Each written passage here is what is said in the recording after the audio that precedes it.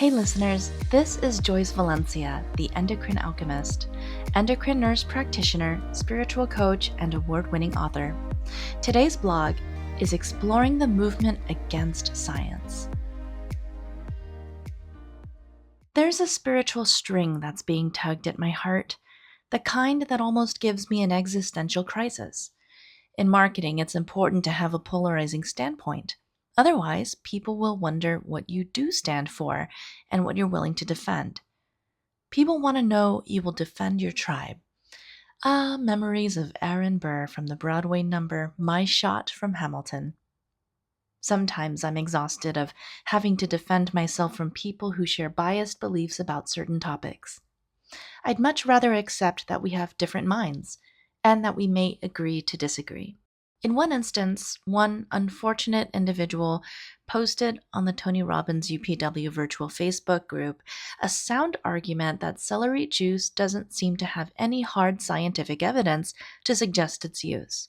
He asked the group to provide such resources and for a second opinion from an expert with a PhD in nutrition. I was genuinely interested in learning this as well. Instead, he was attacked by a barrage of passionate people who defended the celery juice and suggested to the admins to ostracize him from the group for being off frequency with their thoughts. In fact, multiple comments accused him of being a bully. Many people gave their own positive anecdotal evidence, all worth acknowledging. This individual was not wrong or offensive in anything he said. Perhaps his delivery could have had more tact. In fact, we spoke the same language. It's just that he was the one to have expressed our minority opinion.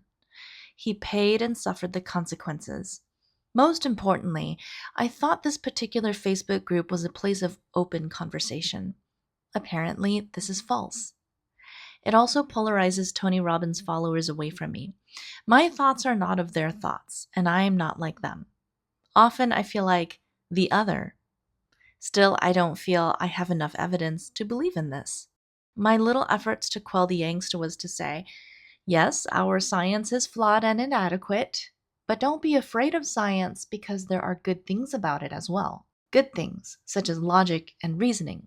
It was one little nudge to get people to think in a neutral perspective, but my comment really just dissolved in the cesspool of the thread. What is wrong with wanting more information about celery juice? Why should I be satisfied with Tony Robbins' homily on celery juice, or anything for that matter?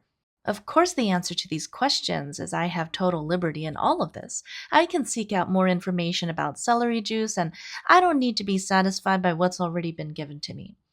But why must my thoughts be the minority opinion? Why do people think the way they think? That is my true question. Pride is a double-edged sword.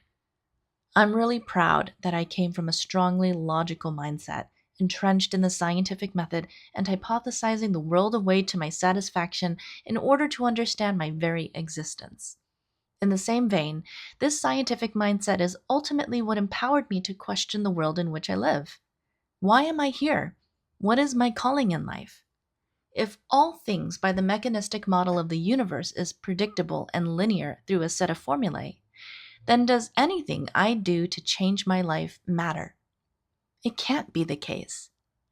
I question the very basis of science and come to the realization that often science does not give me the adequate answers to quench my thirst for knowledge. Thus, I turn to the quantum realm, to the mystical, to the spiritual side of life, and to my own observations. I attribute my curiosity for more information to my background of science. In this perspective, science can be quite innocent. And if we do embrace the basic philosophy of science, which is to explore that which is unknown, it restores us even to our inner child. How did one philosophy of thought become so bastardized in our society, a community and culture that has been largely developed into modern constructs of thought largely by science and logic? Where did our largely scientific culture go wrong so that their very skepticism leads them astray from intellectual property? For one, I do think the infancy of our anti-science mindset comes from the early 1900s, where the birth of quantum physics was still underway, and Abraham Flexner's report in 1910 created a gargantuan shift in medical academia. Science was booming, and we placed emphasis on our microscopes. The 1950s and 1960s also served as our moment of awakening as many pursued enlightenment through psychedelics. Something to this day is still considered taboo because science still sort of says so. Then there was the shift to complementary and alternative medicine in the 1990s going into the 2000s, which later prescribed new terms thereafter. Integrative medicine, collaborative medicine, or multidisciplinary medicine, so as to be more inclusive of other healthcare systems and in tune to our more sophisticated thoughts on health. Now, everyone has turned their shoulders against science, marking it as inflexible, terribly rigid, and impractical in our world, when in reality, science is all around us. Science is in the crystals charged with energy within their tightly compact molecular bonds that many cultures believe have healing properties. Science is in the needles that belong to an acupuncturist, their placement and purpose strategic by the expert.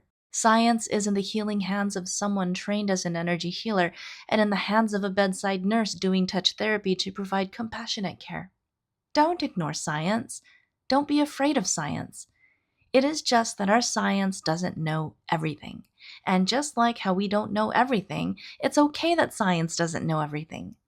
Perhaps it is our fault for having put science on a pedestal. 10 years ago, there was a dearth of peer-reviewed research articles on Reiki.